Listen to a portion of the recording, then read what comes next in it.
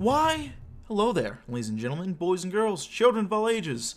My name is Mr. Dogboat333, and welcome back to Hearts of Iron 4, The New Order, The Ruin as jolly old United Kingdom. Now, last video, we started looking into some of our roots. Some freedom fighters were regrouped and realized their proficiency with rifles and love. While our old friend Mr. Wallop is rediscovering some roots with something called social credit, which I may or may not be going down that route. I think I'm heavily leaning that way right now. I think I need a... I'm trying to remember how exactly it works, but I think I need...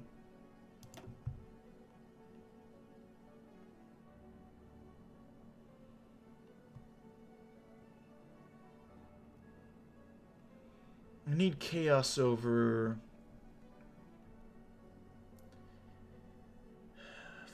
50 or 65%? Something like that. I'll look it up probably over the break, because I'm only going to be recording a couple parts of this today to figure out exactly. Then again, it's not like I don't know. I'm looking to record and get back in my upload schedule. I had a couple bad days the past couple days because some shit happened, which I don't want to get into too much. I don't want to turn this into a therapy session or anything, so I'm not comfortable throwing all that out onto the internet anyway. But what was I talking about? Anywho, they can't keep getting away with this. Sorry. Yeah, I want to record a couple more parts, especially as I'm getting ready to go back to work. This is actually going to be my last week of just full work. Because next week school starts, which is kind of fucking interesting. I'm not sure if I'm fully used to it. Anyway, let's go and do Fallen Titan. The Duke of Bedford and Nick A. Chesterton. How far these titans of British fascism has fallen since their time in power. Bedford, our founder, and the man who brought us all together and led the BPP in rebuilding Britain, the Britain of old, before corruption in the hands of jail Bolsheviks and their puppets in the old parties. It's a shame that such a great man, who in many ways built the state we inhabit today, has fallen to obscurity after 7 years as PM, with only loyal friends such as Lord Portsmouth bothering to heed his counsel on the running of Britain today. But of the two, Chesterton has fared far worse. Once he was at the very apex of British fascism, commanding the BPP as it marched forward to forge a truly fascist state on the foundations Bedford left us. Alas, how cruel fate can be, for Chesterton was brought down before his time by the combined forces of treason without and treachery within. Daggers plunged deep into his back by the Uprising 56 and Andrew Fontaine's backbench revolt. Despite this, these men remain our most experienced and venerable veterans. Whilst a return to frontline politics is out of the question, for now we shall enlist their help in bringing the lords back into line, perhaps pave the way for a proper exoneration of their legacy in the process. Sure, if you say so.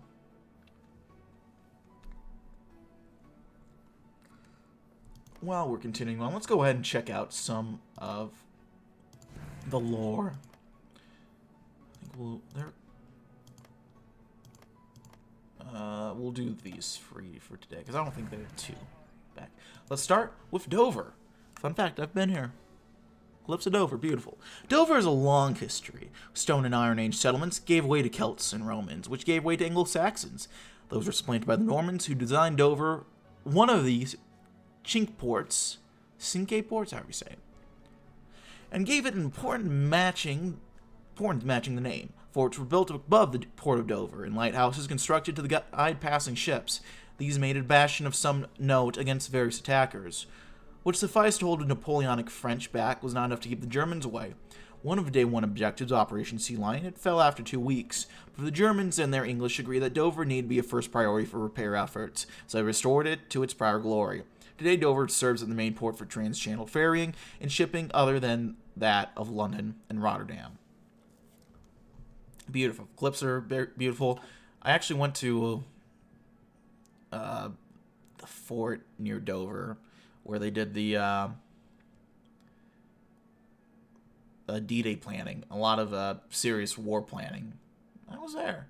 And, like, I could kind of see, it was kind of like, it was a very, I mean, it's England, so of course it was cloudy, but you could kind of see France over here. Or I guess here, Burgundy, rather.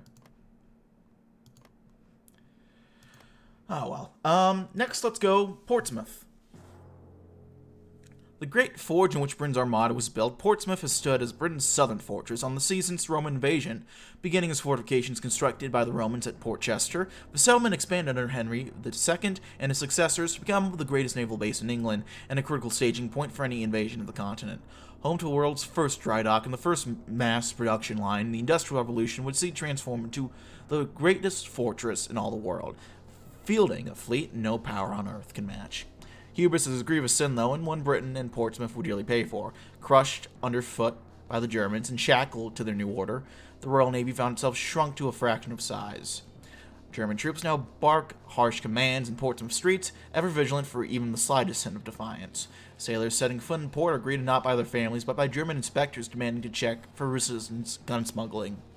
Formerly the conquerors and now the vanquished, Portsmouth has learned the meaning of a harsh proverb its ships inflict on so much of the world.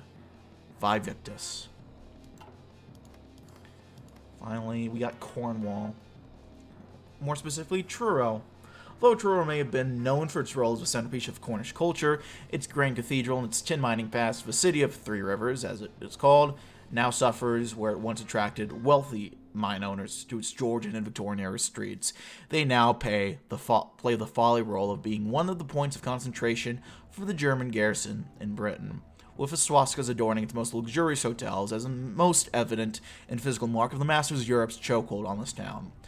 Elsewhere, you may find members of the British Free Corps, unchecked as they are, beating someone in a back alley, or perhaps on a bold day the town square, within an inch of their life, for no reason at all. But it is in the spirit, the essence, the soul of this town that the change is most notable. There is no more Sunday market, no more children leave school with a steady pace and a trip to the shop. Much like the Cornish language before it, the city grows catatonic. No longer do the people look out and wave a cheery hello to a passing soldier. They can only shutter their windows in grim dread. The marching thump of jackboots and batons has ground down their hopes to a bloody pulp. Only a miracle would inspire resurgence in spirit comparable to those lost days of the past. The lights do not shine here at night anymore. Why would they? For anyone who dares explore the darkness may find themselves at the end of a rifle.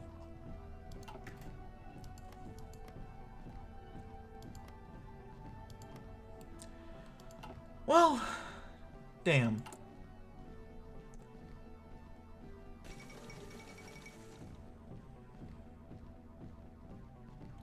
Brazil's won the World Cup.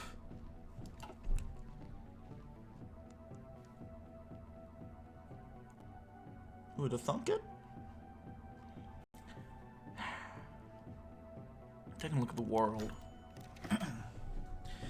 It's a disgrace is what it is, sniffed a thin, haughty-looking woman, clutching a teacup, producing a series of nods and murmured agreements from the rest of the aristocrats reclining in the drawing room's spacious armchairs.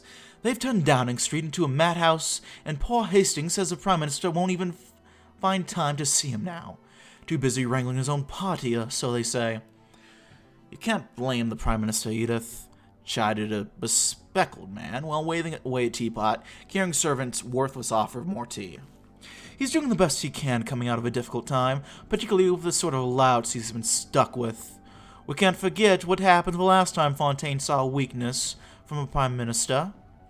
All the more reason to keep him away from Downing Street. I don't mean to tell you what you should think in your own house, Percy, but to see a Home Secretary who spends his time with common street thugs, it's an outrage. And that butler! He's worse, calling for restraint against terrorists, even after all we've been through. And a round of murmurs and mutters of hear, hear followed the impassioned outburst. Suddenly the portly noble pushed himself to the feet, causing every eye in the room to look at him. Then why aren't we doing anything about it? My friends, we all know how unfit those two are to be Prime Minister, and yet all we do is sit around here complaining.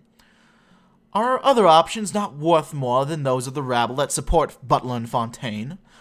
Let us lend our support to someone truly worthy of the office. And just who is this perfect champion of yours? Asked Edith. The plump noble smiled. The Earl of Portsmouth.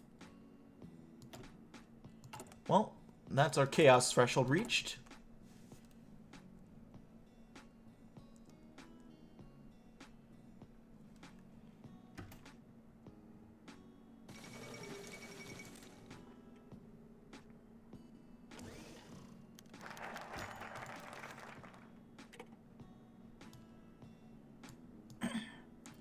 The first thing Wallop noticed... Oh, geez, we got two.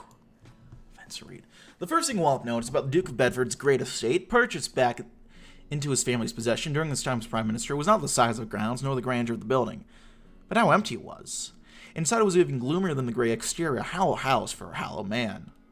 Attended to by a small cadre of apathetic servants and no one else, Lord Portsmouth felt nothing but pity when he saw the gaunt figure of Lord Tavistock sitting in the living room, the man who had founded the BBP and been Britain's first proper post-war Prime Minister, reduced to a miserable husk of a man. Lord Tavistock, Britain needs you more than ever. The BBP is aimless, drifting without meaning, mired in fighting and intrigue. Please, Bedford, we have to act now, pleaded Wallop, hoping that somewhere deep within was still that bright beacon you followed so faithfully in years past. I appreciate what you're trying to do here, Portsmouth. I really do, A.K. Chesterton said, having arrived a few hours before Wallop. He produced a silver flask from his pocket and tipped it back down his throat with a shaky hand. A stench of alcohol filled the room. But tell us honestly, do you really think we have a chance when Domville joins us in retirement? Yes? Yes, I do, Wallop replied, getting up from his seat. He stood before dilapidated images of his old allies, memories rousing speeches and exciting gatherings rushing to the fore. England lies at her lowest point since Cromwell. Our land is mutilated by foreign conglomerates. The people sit uncaring at the dangers of their homeland, and arrogant upstarts are on the verge of destroying everything we have striven for. We cannot afford surrender. Such an act would be treason in the face of the mortal peril. I ask you, both of you, to pick up your swords one last time, and rejoin the fight for Britain's very soul. Bedford and Chesterton glanced at each other, and when they turned back to face Wallop, he could see some of the old fire flicking away again in their aging eyes. Their support secured. It really did irk Jane Birkwood, the second Baroness Birdwood, that she wasn't able to assume her husband seen the House of Lords after his death some months ago. It was bad enough her in-law family still scorned her even at the funeral, still in a huff for some reason about how she had torn their family apart, or something like that, and having had an affair with Baron Birdwood, and then marrying him after he divorced that cow of a wife. It really was ever so pity. As P.M. Domville finished his speech, Birdwood joined the applause. Some measure for more German involvement, no doubt proposed by that little rat butler, was sitting next to the PM. The House of Commons was simply too common for a woman like her. It had all been so wonderful when she's elected in 53, getting to meet such titans like Chesterton and Domville, back when the proper sort of people still held dominance in both houses. And then it all came tumbling down. Fontaine. The name echoed venomously throughout her mind as she saw the traitor stand to give a speech of his own. It was men like him and Butler, along with their pack of cretins who dominated the Commons. Most of her old friends had either moved up to the Lords or simply died. And it was just her and a small clique around Domville left. When the time came to vote for the bill, Lady Birdwood dutifully walked into the eye lobby, along with nearly the entire house. It was her duty as education minister, after all, even if she was surrounded by these leeches, and she still clung to hope that one day the old guard would take back what was rightfully theirs and regain control of Parliament. Until that day, however, she would keep her on as ever, voting as she was meant to and saving her biting criticism for private discussions in lounges. One day. There goes the triumvirate. We're getting to a point where we might actually be able to... I think this next one will start improving our poverty rate. I think will be quite nice, so let's go ahead and do it. Among these dark satanic mills. This is not the time for restraint or compromise. Our countryside is being torn apart by the German corporations, and nothing but quick, decisive action will stop it.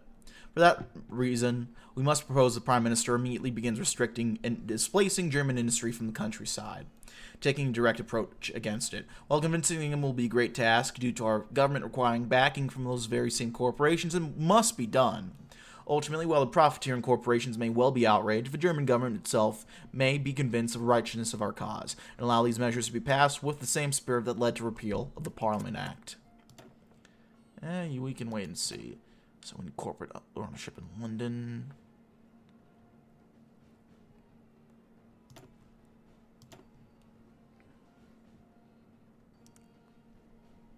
Deutsche Bank.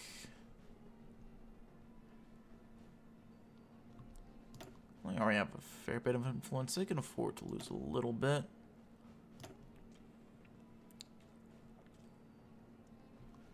It's corporate ownership.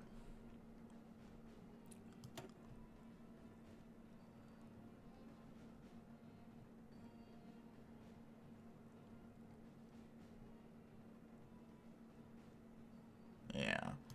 And Southeast, what's needed? State ownership in the Southeast.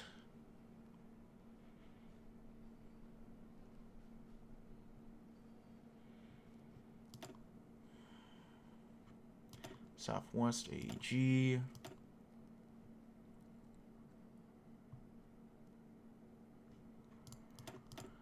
AG, that's only all we need. State ownership, which we got.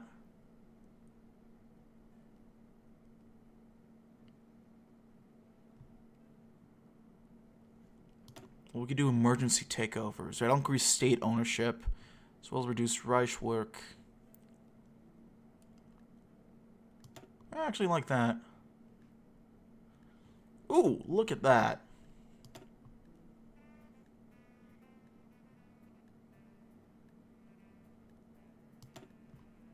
And then Southeast. Guys that really have power in the Southeast are AEG.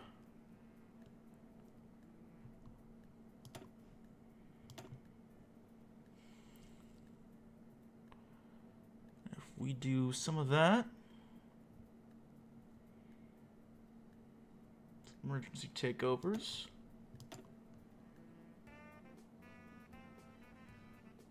Southeast. Not quite there, but we're getting there.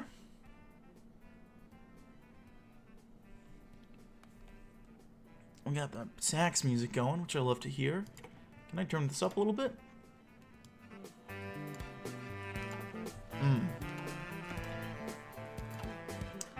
I'm swinging on my little stool. You'll just have to imagine it.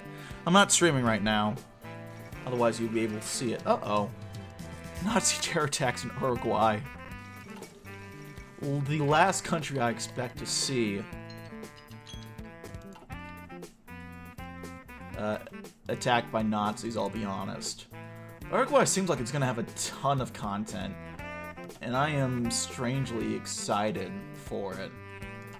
Like, whenever Uruguay gets its content update, I'm here for it.